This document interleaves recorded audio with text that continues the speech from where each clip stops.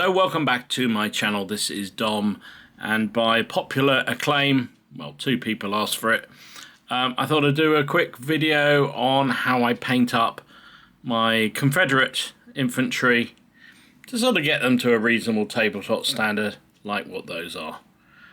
So if you're interested, hang around and follow the video. So yeah, I did a video highlighting how a cheats method of painting the Union figures, and asked the question whether anyone would want to see me doing the Confederates, and a couple of people did say yes, and I'd already planned to do one, so here we go. So again, lots of caveats. As I've said before, it amazes me quite how vociferous people are about uniform styles in the American Civil War. I'm not claiming to be an expert. I have read up a fair bit on it, and the one thing I'm pretty clear on is it's not very clear. So a lot of people have tried to tell me that the ragtag approach of the Confederates, it was overplayed, and actually they had very good supply lines for equipment and everything else. However, I have also read quite extensively that the famous butternut colour, which was basically a fading of the proper grey uniform, because, funny enough, their supplies weren't particularly good. And also, you know, armies through history, they're notorious for picking up whatever they can find on the field, scavenging, taking from poor innocents that happen to be around, whatever it may be, to equip themselves. Now, also, there's a rule of cool. I actually quite like the ragtag approach with the Confederate figures, so that's what I'm going to do. But if it offends you in some way, there's lots of other places where you can go and see how people paint. This is how I'm going to do it. So, caveats out. I've got my Perry 28mm Confederate figures on the tongue depressor that I use. There's 6 of them there, which is great because then you can alternate some colours, get a bit of variety in there.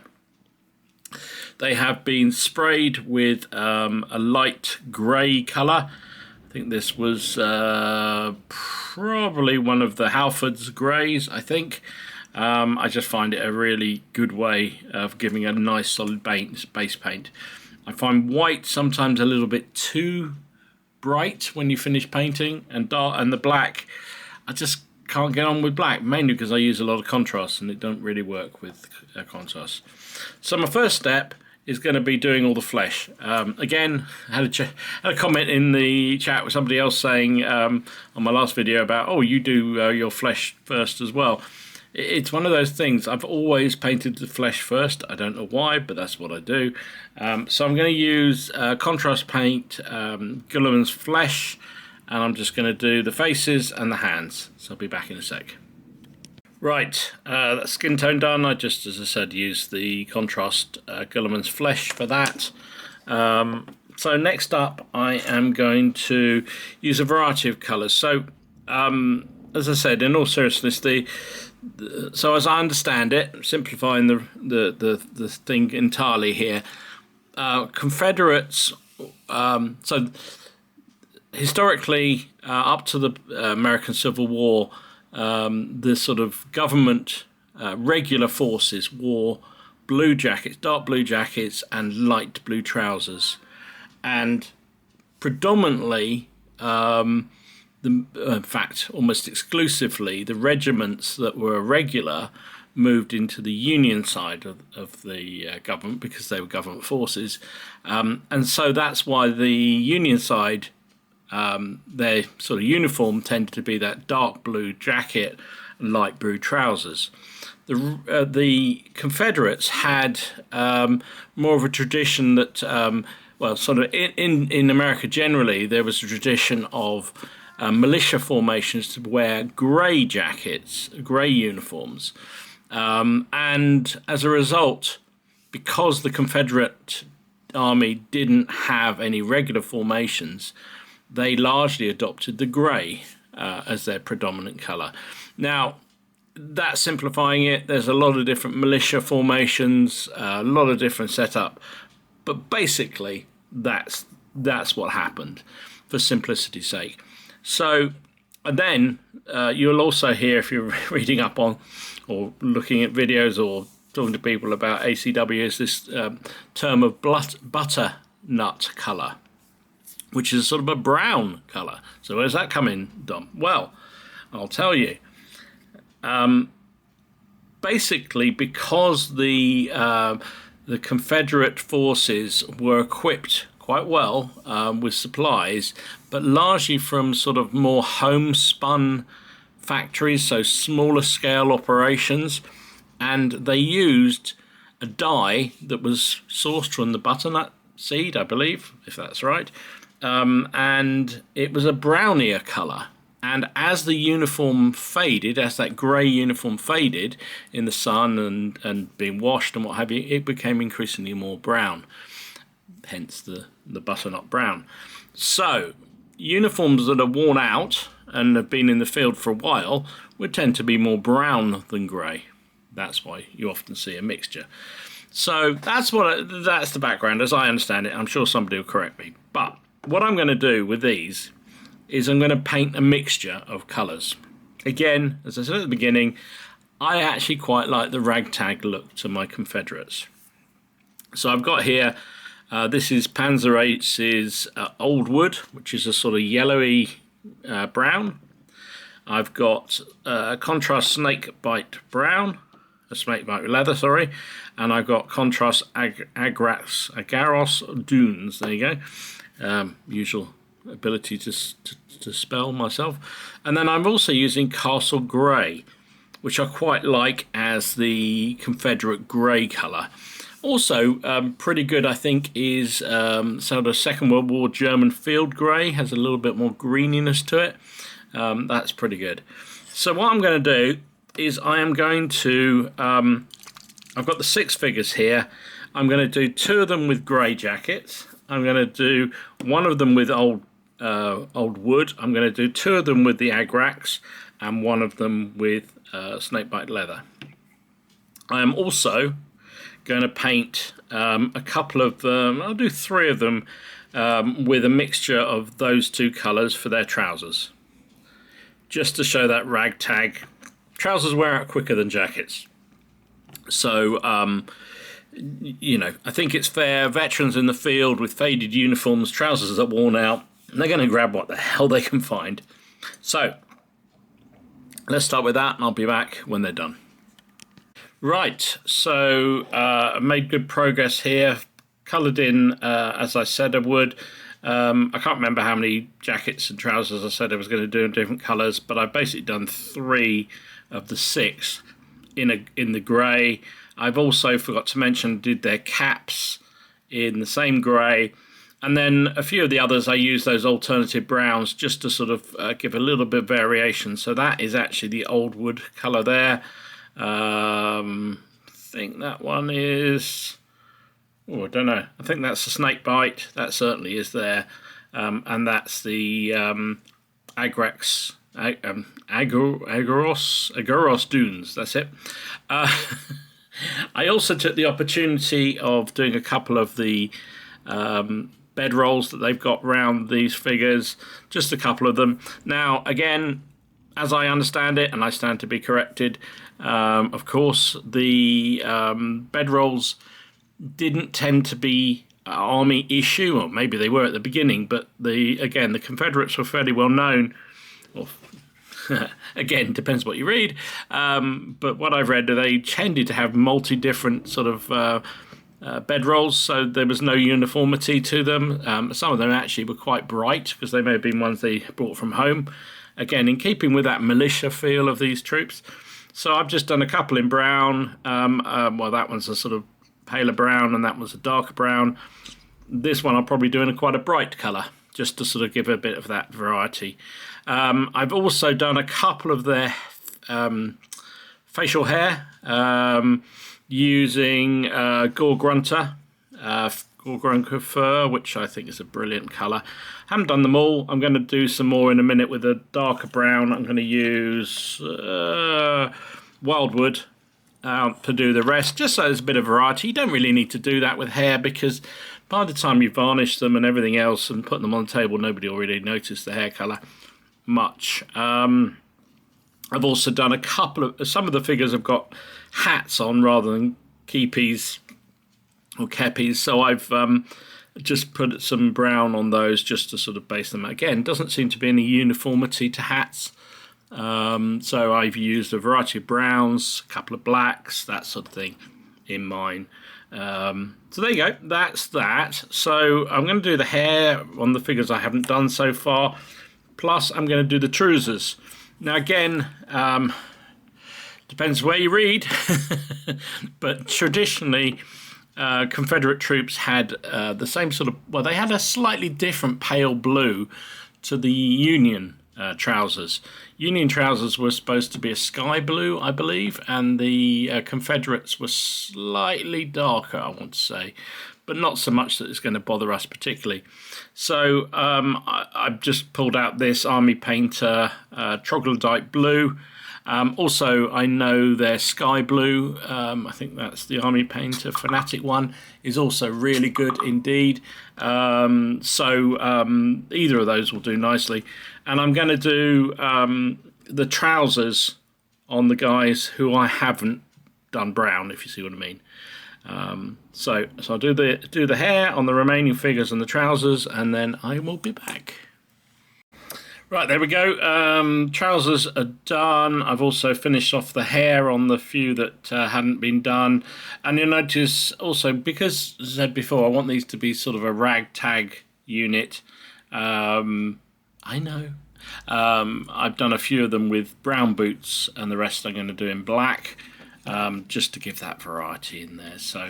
So next up, as I say, I'm going to do, they've all got these, well, not all of them, but most of them have got ammunition box pouches on their hip, and a belt that runs up across the chest and the back here, and also most of them have a belt around their waist. I'm going to do all of those in black, and also the boots in black as well. Also, you can see most of them have, hopefully you can see, the sheath for a bayonet that's hanging down below this bag here. I'll do that in black as well, just to pick that out. And while I've got the black out, I'll also do the peaks on the keppies, just to pop those out.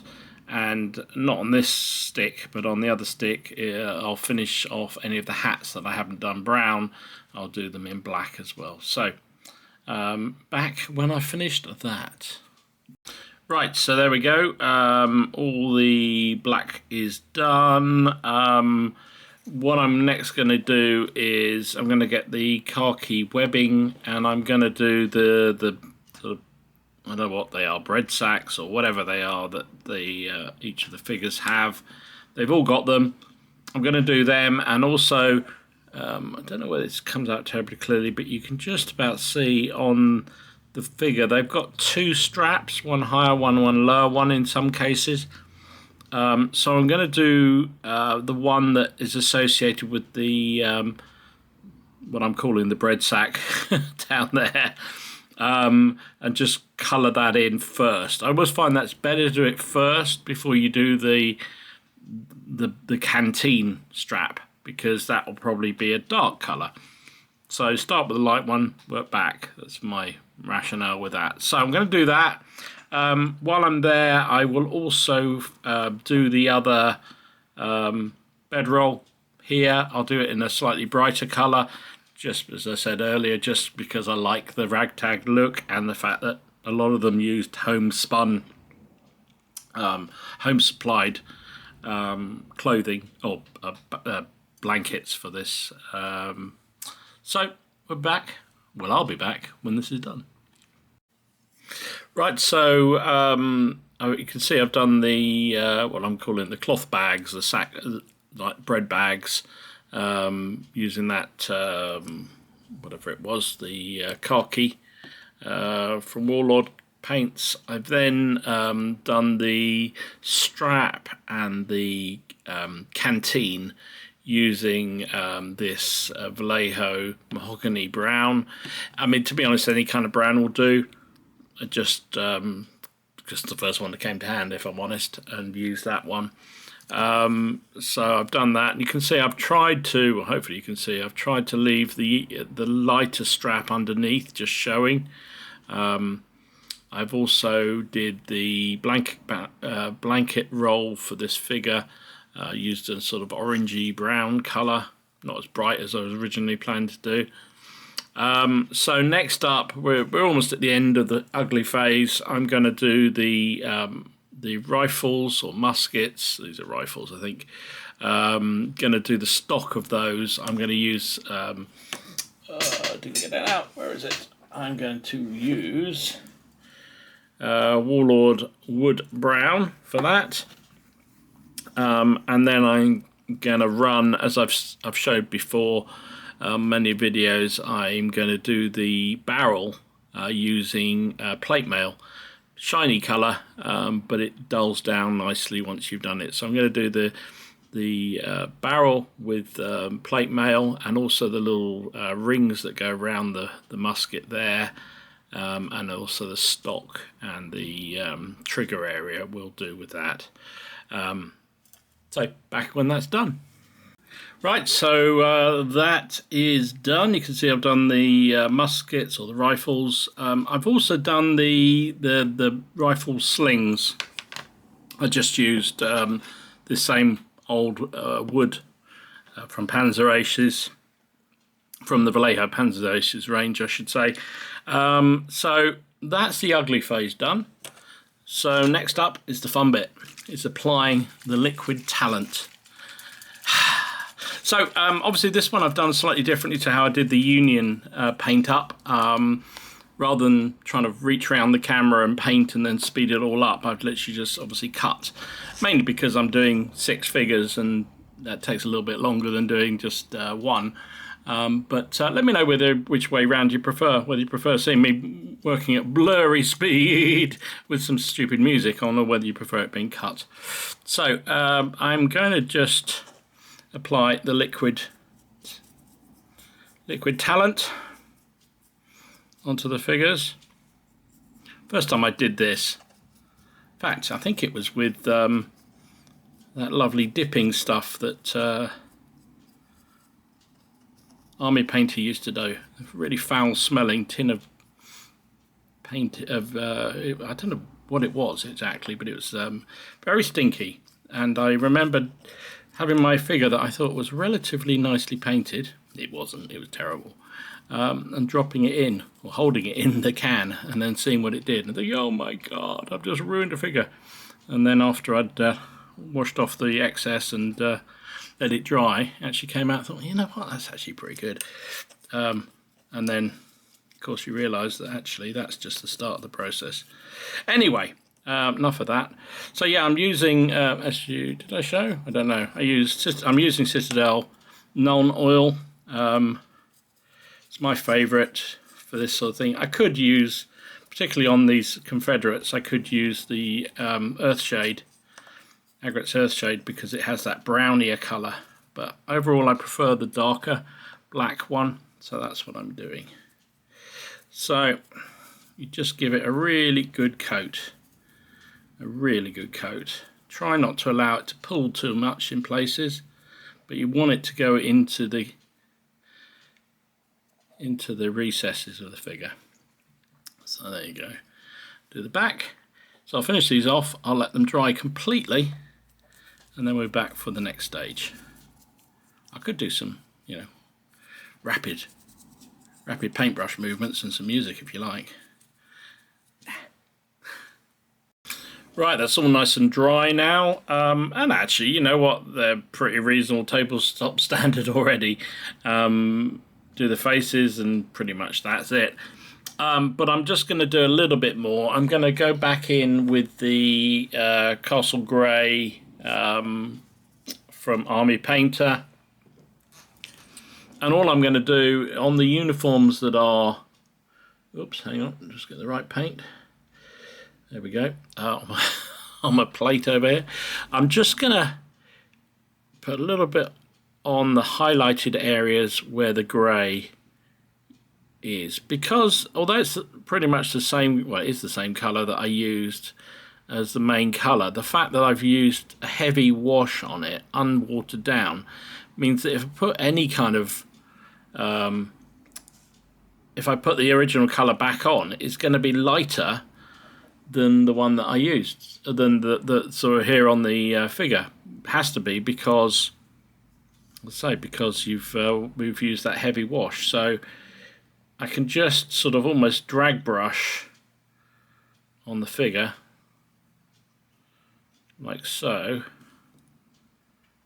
and pick up a little bit of highlight, just enough. Just enough. That's not grey, that one. Try and pick out the grey fellas. So yeah, that's all I'm doing here, is just literally on the elbows, the top of the arms, the top of the kepis, shoulder blades, that sort of thing. Just the sort of places where light would collect. There's a fold on the back of this guy's jacket, do his collar, the sleeves here. Just a little bit of highlighting. Kepi again, keepy uppy. I'm going to do that. There you go, that's that. And then I'm going to use the tan flesh from Army Painter, and I'm just going to do, just clean that brush. Again, I'm just going to go in, trying to show this so I can actually show what I'm doing.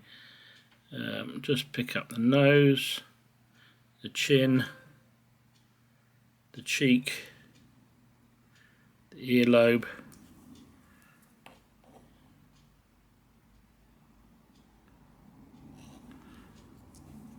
there you go, looks a bit cartoony maybe, and then the fingers. Does look a bit cartoony until it dries. The same on each of these figures.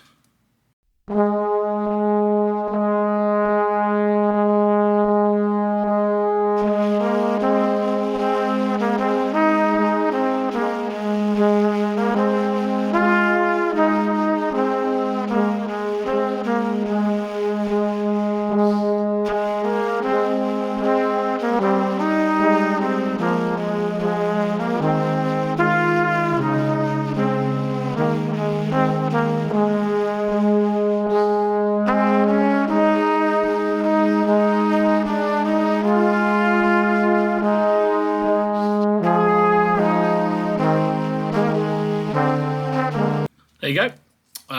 That is done. I will do the. I will have sped that all up, so you didn't have to look at me doing that. So next up, we're going to touch up the brownie colours a bit. So again, I'm going to use. I'm quite like this. It's not Panzer Aces, as I said earlier. It's Vallejo old wood. I quite like this as a colour. So I'm going to go back in and just highlight the browns. On the uniforms, not the equipment, but I'm going to do the say the browns of the uniform just here. Oops, a bit blobby, just a blobby. There you go, like that. Just highlight some of these bits, just really bring out a little bit more detail. Actually don't need an awful lot, those boys, they're actually not bad at all. Do this guy, do his bum cheeks, and then we'll just drag brush. Got a lot of detail on these figures, so even with a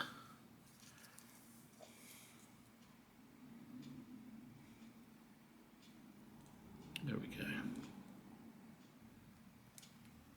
Generally, if you go just a tone lighter than your original colour, the highlighting works pretty well.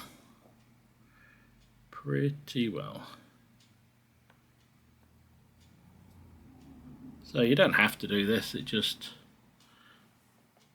adds something to it.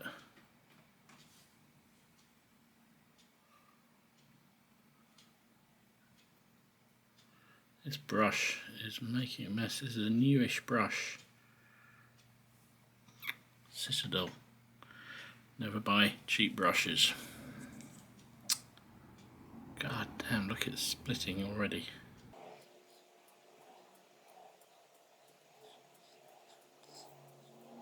There we go. I think that'll do. And finally, for these figures, I'm going to do the same with the blue of the trousers.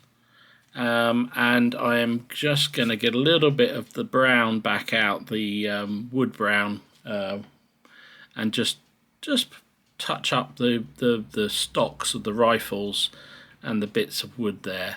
Once that's done, I'll come back and show you what they look like. Right, so that's them all finished off. I'm now going to give them a really, really gentle dry brush with, where has it gone? Deck Tan, AK Interactive Deck Tan. The best for, I think it's just the best for this kind of thing. All I'm trying to do here is just get a little bit like a dusty look on them. That's all I want. I don't really want any colour from the Deck Tan particularly. I just want just that little hint of dust and wear on the figure. You can only really see it on the black. So there you go. That's that. So they are done. Cheaty fashion. I think they've come out all right. Don't know what you think. I'm going to base these up. And shall I show you how I base them? Yeah, I'll show you how I base them. Okay, I'll show you how I base them. Right, so here we are. I'm going to base these fellas up. Well, I have based these fellas up. Put them on MDF bases. These are 40mm by 40mm MDF ones. I bought these from War Bases. Because they do a good service, really good. Glenn and the guys over there, really excellent. So I've stuck them down. Now, glue-wise, I mean, you can do anything really, but I would say if you're basing metal figures, I will always use super glue. If you're using plastic figures, then you can get away with a sort of normal Yoo-hoo type glue. Whatever, that kind of stuff. So I am now going to base, or show you how I base them up. Showed this stuff many times. This is Vallejo mud, European mud. It's basically paint with a load of sand and stuff in it. It has a nice gloopy consistency that dries hard. Use it all the time. You can make your own. I'm lazy. This pot isn't expensive, not really for the amount you get in it. So that's what I use. So I've got a really blunt old knife. This is actually my grandmother's old butter knife. Just any kind of tool like this will be great. Just work it around the base like that. Have some water on hand was a good idea because it moves better when it's watered down. You don't want it too watered down, however, because you want the mud effect. And then just work it around the base. Now, you will get it on their boots. You will get it on the bottom of their trousers. If you're precious about that, have a paintbrush handy, an old paintbrush, and just wash it off immediately. If you're not, don't worry about that. And actually, I don't, not because I'm not precious, I don't because I like that sort of muddy look. To me, it's like, has that look of soldiers that have been marching in muddy fields and what have you, and it leaves a bit of a muddy texture to the lower half of their legs and whatnot. So I use this blunt knife. You can use a modelling tool, blunt face, anything that's got a reasonable head to it. I think what I like about this is it's got a bit of a point to it. So, that one hasn't stuck down. That's not very good. Didn't do a very good job there, Dom.